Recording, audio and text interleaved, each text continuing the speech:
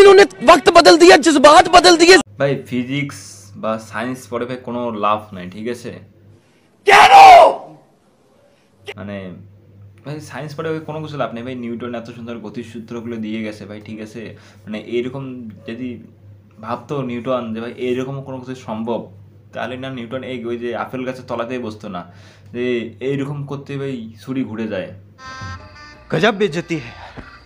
ভোজপুরি ইন্ডাস্ট্রির মুভি আর ভোজপুরি ইন্ডাস্ট্রির সং দিন আর রাত বললেও ভুল, ঠিক আছে?